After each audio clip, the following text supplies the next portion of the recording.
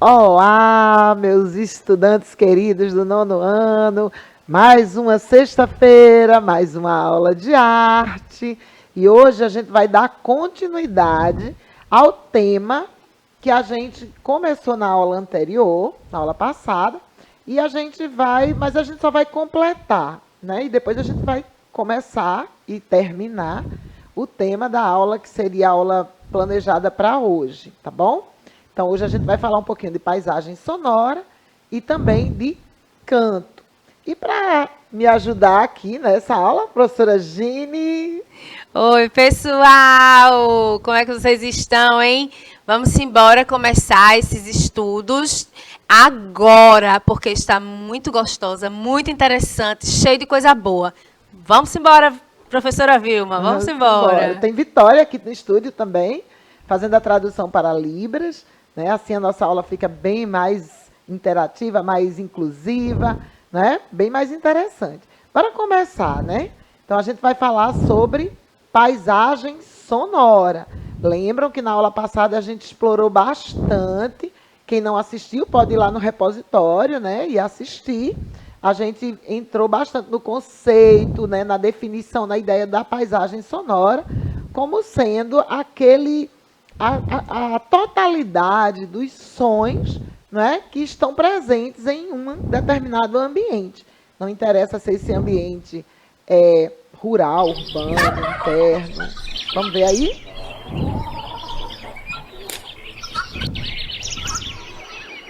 Ai, que sonzinho bom! Uhum.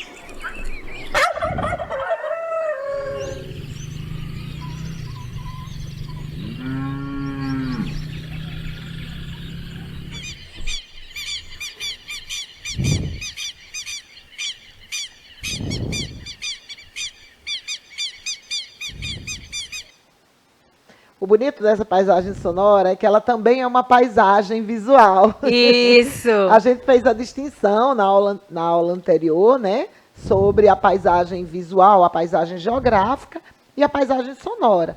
Porque na paisagem visual e geográfica, ela é constituída de um ambiente externo e amplo. A paisagem sonora, não necessariamente. Ela também pode se referir a um ambiente interno, a qualquer ambiente onde hajam eventos sonoros. Então, a gente viu que a paisagem sonora é um ambiente, se constitui de um ambiente sonoro complexo, né, formado por diversos eventos sonoros. E a gente viu muito sobre a paisagem sonora, a gente não vai repetir a aula, tá? A gente vai pegar do ponto agora onde a gente parou. Quem não assistiu pode voltar lá pelo repositório ou pelo YouTube e assistir. Vamos lá? Vamos seguir? Então, a gente chegou aí, né, a gente parou a aula neste ponto, onde a gente viu que o Murray Schafer, que foi um dos grandes pensadores, né, do conceito de paisagem sonora, ele se debruçou sobre a ideia do registro das paisagens sonoras, tanto dos registros sonoros, né, que são os filmes e as gravações, como até de um registro visual. Então, ele acha que é muito importante fazer também até o registro visual das paisagens sonoras. E como é que isso é possível? A partir dos diários sonoros e dos mapas sonoros. Né? O diário sonoro é algo que qualquer pessoa pode fazer, que é você ter um caderno, um livro, como um diário mesmo, onde a gente escreve as nossas memórias, né? Onde você vai registrando a experiência sonora dos dias, das semanas, dos meses. Isso é muito importante para a gente entender a passagem do tempo, as mudanças que acontecem nos diversos ambientes, nas diversas culturas, nas diversas sociedades. E os mapas sonoros são o registro aí mais estruturado, feito por estudiosos, né? A gente vai ver daqui a pouco. Mas antes da gente ver o mapa sonoro, a gente vai ver um artista incrível que é um grande pesquisador e experimentador das sonoridades diversas, né? Que é o Hermeto Pascoal. Ele é um artista incrível. Ele é alagoano de nascimento, mas ele começou a carreira dele aqui no Recife. E ele é assim, uma das figuras mais importantes da música brasileira, nesse sentido da pesquisa, da construção de novas sonoridades, né? Ele faz música com todo tipo de coisa que vocês imaginarem. E ele teve essa curiosidade, essa vontade também de fazer esses registros como diários sonoros. Ele criou um projeto chamado Calendário Sonoro, não é isso, gente? Isso, calendário Onde ele sonoro. ele criou músicas e dentro de um espaço de tempo, onde cada música representa as sonoridades vivenciadas por ele, dentro de um calendário cívico, cultural. Colocou em partitura, viu? Exatamente, dentro da vivência dele também, né? Isso. Dentro desse calendário sonoro, ele foi criando músicas que representavam aquele momento.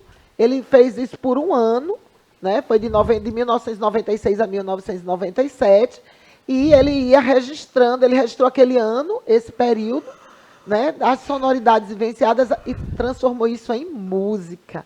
Né? O Hermeto é incrível, é um artista que vale a pena pesquisar sobre ele e conhecer mais. Vamos ouvir um pouquinho de uma música do calendário sonoro do Hermeto?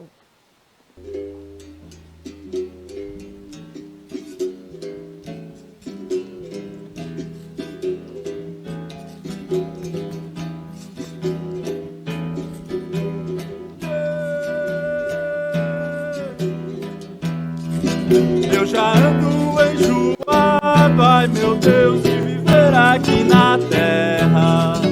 Amanhã eu vou pra lua, falei com minha mulher. Vocês ouviram aí uma sonoridade que mistura um pouco da capoeira e com uma letra mais voltada para um tipo de música chamada de ladainha. Então ele foi buscando as sonoridades daquele dia. Ele disse, eu estou cansado de viver aqui na Terra, quero ir para a Lua. Eu acho que essa música ele fez num dia que ele estava meio entediado. Oh. Então é interessante isso, porque a música, ela serve, minha gente, para construir memória. Né? Na mitologia grega, as musas, que são né, as deusas relacionadas à criação artística, principalmente da música, elas são filhas da memória. Vê que interessante, não é por acaso. Né? Agora vamos ver um pouquinho dos mapas sonoros para a gente encerrar esse assunto da paisagem sonora. Né? Vamos ver os mapas sonoros e também, mas a gente ainda vai ver hoje um pouquinho dos efeitos sonoros e trilhas sonoras. Então, aí vocês estão vendo uma representação gráfica, né, de um quarteirão, né, foi feito gravações de sons, mas além da gravação de som, ele registrou a localização, tem uma legenda de lado, vocês estão vendo aí, dá para ver, cada círculo desse representa um tipo de sonoridade, tem uma legendinha de lado, e junto, acoplado ao mapa, ele fez também a gravação sonora, que é para você saber de onde é que está vindo aquele som, em que lugar, né, e a fluência desses sons no tempo. Outro registro de mapa sonoro aí, já diferente do anterior, né? Aí também é um espaço de uma área urbana, né? Onde ele vai medir aí não só o tipo de som, como também as intensidades dos sons que tem aquela área da cidade, ali onde foi feito esse mapa. Isso é importante para entender o comportamento da sociedade, também com relação aos sons. Ok? Agora a gente vai dar um salto. Eu gosto dessas imagens, de brincar um pouquinho com as imagens. Uma delícia. A gente né? agora vai falar um pouquinho da paisagem sonora artificial, que são aquelas paisagens sonoras que são criadas. Né? Elas não são criadas por criar, tem uma finalidade. Né? Ninguém cria nada para nada. A gente sempre cria alguma coisa a partir de uma demanda, de uma necessidade. E há uma necessidade de criação sonora nas artes, no cinema, né, no teatro, na televisão, né, nos jogos que vocês curtem tanto. Então, dentro dessa ideia aí, né, das paisagens sonoras criadas artificialmente, existem os efeitos sonoros, que vocês sabem bem o que é, né, que são aqueles sons que são criados para causar emoção, para causar uma ambientação, né? E tem a trilha sonora, que é diferente. A trilha são geralmente músicas, tá? Os efeitos sonoros são sons, né? Não música. São sons de explosão, sons de ruídos, né? São sons que são criados e podem até ser músicas também.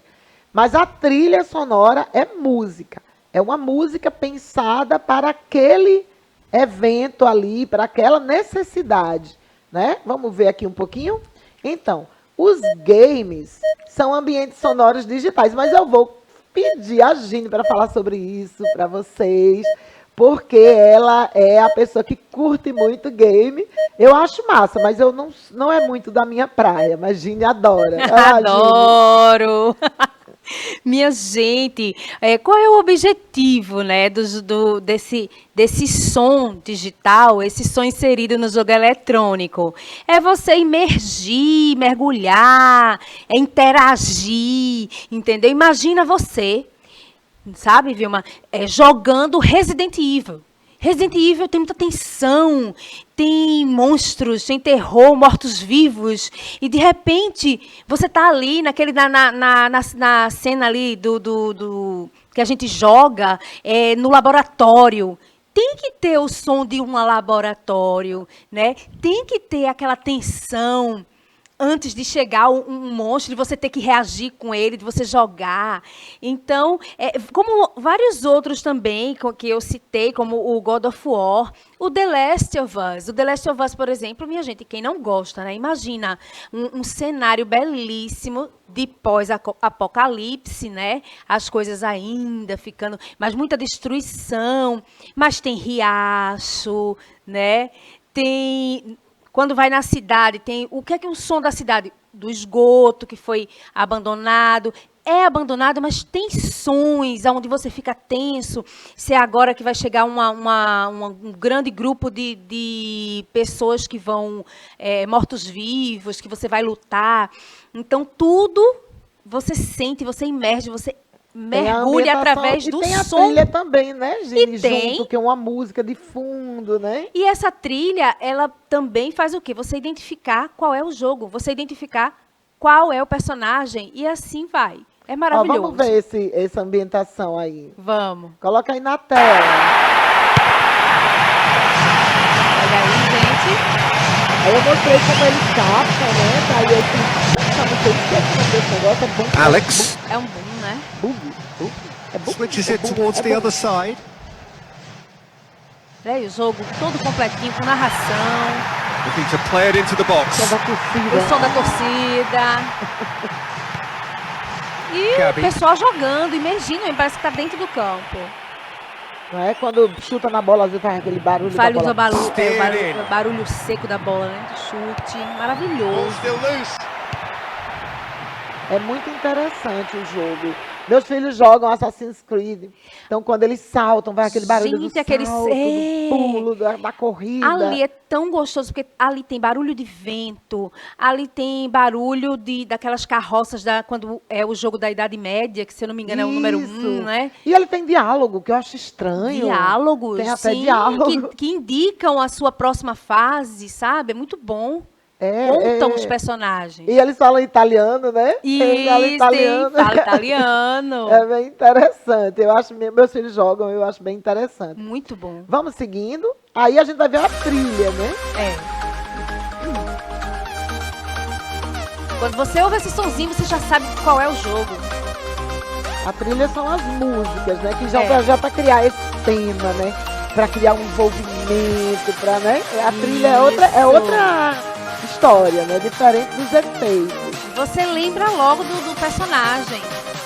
Exatamente. Ele cria uma identidade. A trilha Identidade. ela vai criar uma identidade com a história, com os personagens, com os filmes. Geralmente nas trilhas, cada personagem de filme, né? Mais do que de game. Game eu não conheço muito.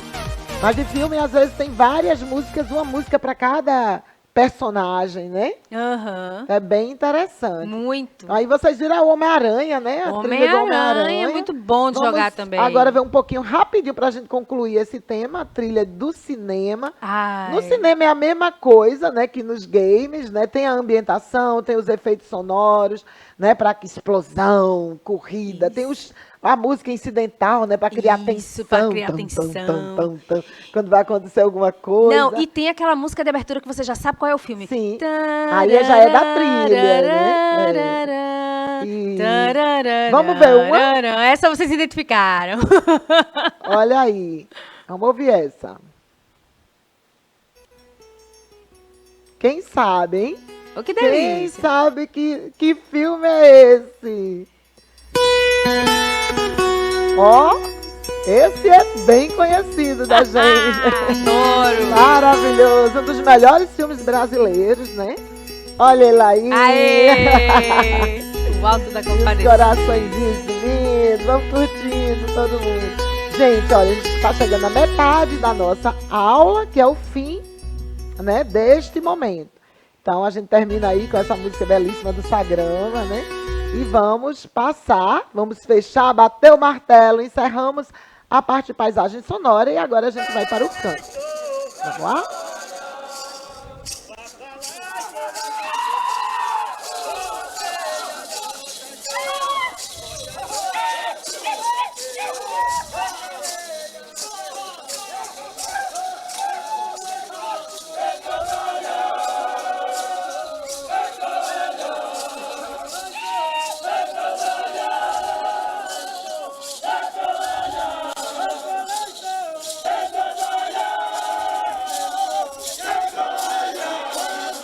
Coisa linda, né? Essa imagem aí, né? Os cantos, o canto ancestral, né, Canto gente? ancestral, Uma é isso tribo. mesmo. Os indígenas brasileiros, eles utilizam pouquíssimos instrumentos musicais, né? A boa parte, ou a maior parte da música indígena brasileira, ela é cantada. Então, é o canto. O canto, na verdade, é a primeira música, a nossa voz é o primeiro instrumento, né, que a gente manipula, que a gente utiliza não só para falar, mas para cantar, né? E a voz é uma coisa muito forte, né? Porque ela é muito pessoal, ela é social também, né? Ela é aquele elemento que faz com que a gente se comunique, né, com mais eficácia. A gente pode se comunicar sem a voz, né? Como a gente tem aqui, nossa Vitória fazendo uma comunicação, né, gestual, ela não utiliza a voz. É possível, mas com a voz a gente consegue uma comunicação mais eficaz, né, mais, como é que eu digo, mais complexa, porque a gente pode, além das palavras, né, além do texto, tem também as tonalidades, né? Isso. Tem uma série de elementos que estão aí dentro da voz, que faz com que a gente amplie a nossa capacidade comunicativa. Então, a voz é muito importante e foi o nosso primeiro instrumento. E a música, desde, né, a nossa ancestralidade, desde os momentos assim, da história, né, da gente em que mais primitivos, a gente foi construindo, né, essa memória musical, construindo os processos comunicativos a partir dos cantos, né? Então, a gente tinha os cantos espirituais, os cantos ritualísticos, né, no início, lá na pré-história. Com o desenvolvimento da história, a gente foi ampliando para as cantigas de roda, as cantigas de niná, né, os cantos de trabalho, que são muito importantes e são muitos, né, as canções de amor. Então, há uma infinidade de possibilidades que a gente foi construindo só com a nossa voz. Só com a nossa voz.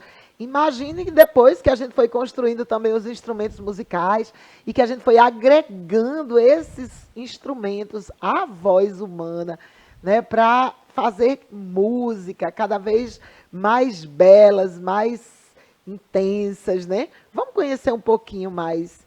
Aí eu trouxe para vocês uma música do Milton Nascimento, né, para a gente ter um pouquinho de poesia também. Ele falando, aí essa música chama Nos Bailes da Vida. Foi nos bailes, né? Ele da fala vida. da profissão do cantor, né, do cantar, como é importante o cantar, né, esse cantar que vai juntar as pessoas, né, que vai encharcar a alma, né, do artista, que vai fazer essa relação do artista com o povo, com né, o público, com o público. né? É muito bonita essa canção. Belíssima. Né? Mas vamos ver mais um pouquinho de arte aí.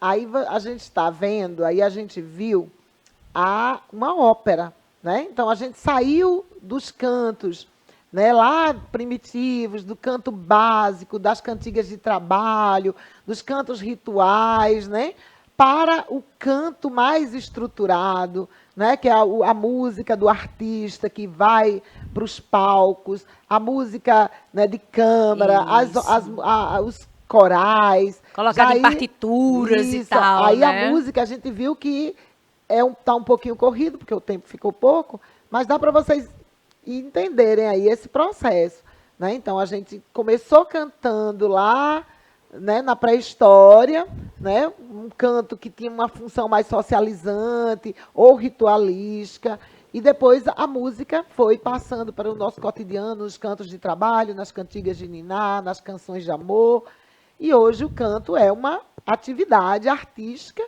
né, uma profissão, né? Então há os cantores, aquelas pessoas que utilizam a voz para trabalhar, para se expressar, né? E aí eu trouxe para a gente pensar um pouquinho sobre essa voz, né? Sobre esse instrumento tão importante que é a voz humana. Então a voz ela é feita de respiração, de ritmo, de articulação. Às vezes a gente nem pensa sobre isso, né? A gente acha que é só abrir a boca e cantar, né? Não é? Mas o ato de cantar, desde aquele momento em que ele era só uma expressão, né, mais livre, né, ele passou ao longo do tempo a se tornar uma profissão, e aí ele foi sendo estudado, pensado e melhorado para que os artistas pudessem dar o melhor deles, né, em sua atividade de cantar. Então há todo um processo para se cantar, tá, gente? Claro que a gente, né, Gini, que gosta de cantar no chuveiro, Adoro. né, a gente não precisa conhecer, né, todos esses elementos, mas mesmo assim é bom conhecer, porque faz com que a gente possa preservar a nossa voz. Na minha área, né? por exemplo, a respiração, não é? E a projeção e a articulação, elas são essenciais. Exatamente. E eu não sei se você notou, eu falo assim, a boca é bem articulando, né? Exatamente. Exatamente, é o vício da profissão. Isso é muito importante para quem trabalha com a voz, para nós professores, cantores, pessoal de teatro, né, locutores, tem que pensar, né, nessa voz, em articular, em projetar a voz, em respirar do jeito certo para que a voz possa sair e ter postura, né, que é muito importante na hora de cantar e na hora de falar. Então aí eu fiz uma tabelinha, né, mostrando a vocês parâmetros do canto. Como é diferente a fala normal da gente do dia a dia e o canto, né? Quando a gente fala, a gente respira naturalmente. Quando a gente canta, não. A gente tem que treinar e controlar a respiração para que a voz possa sair correta e também para a gente não perder a voz no meio do processo. Isso. Né? A fonação também. No caso de quando a gente fala, ela é normal, é regular. Quem está cantando tem que ampliar essa fonação, né, e regular as frequências, modular a voz, para que tudo ocorra, né, melhor. Bota aí o quadro, por favor. Então, a qualidade da voz também de quem canta tem que ser estável. A projeção tem que ser, né, uma projeção mais pensada, né, pensada mesmo, como é que eu estou colocando, tem que estar tendo esse cuidado. As pausas também são bem controladas e pensadas dentro do processo de respirar. Já na fala, não. A pausa ela é natural, ela é da nossa personalidade. Né? Tem gente que fala bem devagar e outros que falam acelerados, como eu. Né? Que tem que fazer um esforço para não falar, sair correndo. Então, a postura varia no dia a dia na fala, mas no canto, não. O artista tem que estar, né, com o eixo da coluna bem colocado, tem que cantar com as pernas um pouquinho abertas para dar mais equilíbrio. Há toda uma regra, minha gente, para a gente cantar. E né? liberar também o diafragma, né? Que ele é essencial. Exatamente. Trabalhar aqui a respiração e controlar tudo isso com o diafragma. E ter muito cuidado com a voz, ó. Fumar não é bom, ingerir bebidas geladas, está pigarreando, uso de drogas, comidas gordurosas, tudo isso é péssimo para a nossa voz. Então, a gente precisa ter cuidado para ter uma boa higiene vocal, independente da gente trabalhar com a voz ou não, né? E aí, para a gente ir fechando, encerrando a nossa aula, vamos pensar agora um pouquinho sobre os modos de cantar. Aí na imagem vocês estão vendo vários ícones que representam várias formas de cantar. Tem o canto lírico, né? Tem a música popular, o canto lírico, o canto individual, o canto solo, o canto em grupo, né? E o canto no chuveiro. Adoro, esse é o meu. Né? Que é uma coisa que todo mundo... Não sei por que a gente gosta de cantar no chuveiro, né? Não sei, é porque um relaxa. Relaxa. Deve ser. Bora lá? Então, vamos ver mais um pouquinho agora sobre o canto, né? Então, no canto, a voz pode variar de altura, né? Dependendo da melodia e do ritmo. Né? A altura, lembrem da aula de parâmetros do som. É se é grave ou se é agudo, tá, gente? Você pode cantar sozinho, em solo, você pode cantar numa banda. Geralmente, o cantor de banda é chamado de solista. Você pode cantar em duetos, em trios, em quartetos, ou um coral com centenas de vozes, né? Essa música, ela pode ser... esse coral, ele pode ser organizado em naipes, pode ser simples, todo mundo cantando em uníssono. Então, assim, o importante é os fatos são evidentes. Como que ele cantou? Maravilhoso. A terra anda mais quente, as pessoas mais frias hoje em dia. A tecnologia facilita a comunicação, mas a comunicação é tão vazia. A gente cria meios pra encurtar a distância, mas são esses os mesmos meios que nos distanciam. Creio que o amor é o único meio, mas eles já porque esqueceram que isso não se via por e-mail. Século XXI, o começo do fim, é muito touchscreen pra pouco touchscreen. Difícil entender, o homem já foi até a lua, mas a compaixão do mesmo não atravessa nem a rua. Eu me pergunto, de que vale a conquista do espaço, se o nosso espaço na Terra é cada vez mais escasso? A ciência avança, trazendo a esperança, mas sem amor como é que faz? Open your heart, open your eyes, share it with everybody. What a wonderful world, it's time to love. Open your heart, open your eyes. Share it with everybody. What a wonderful world.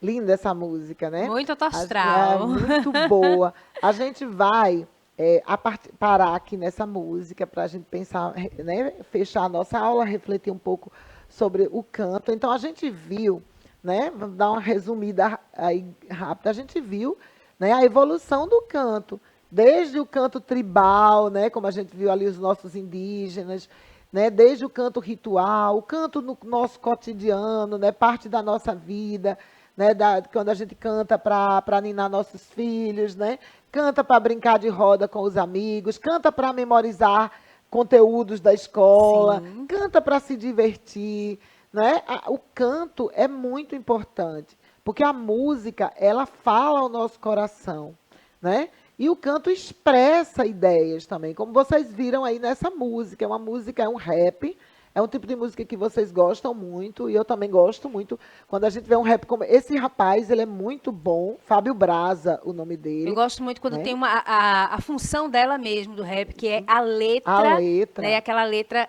consciente, que educa, que informa, que diz algo de bom, né? Pois é, o rap é uma música belíssima, né, que parte do hip hop e que ela tem realmente essa função poética. Isso. Né? O rap quer dizer isso, é o ritmo em poesia. Poesia. É poetry, né? É uma sigla. Então, a poesia falada, né, é o canto mesmo. O rap é uma música, é um gênero musical. Né, que ele traz o canto por excelência. Por isso que eu quis concluir a aula de canto com o rap, porque é uma música que vocês gostam e que é um gênero musical que valoriza o cantar, né? A fala do artista, a voz do artista, né? Então, com essa música linda, vamos nos despedir, Gini? Ai, pessoal, eu amei. Espero que vocês tenham gostado. Também um beijo enorme. E vai lá, coloca as impressões de vocês, dá um like, fala com a gente, que a gente vai falar com vocês também. Beijos. Tchau, gente. Até a próxima.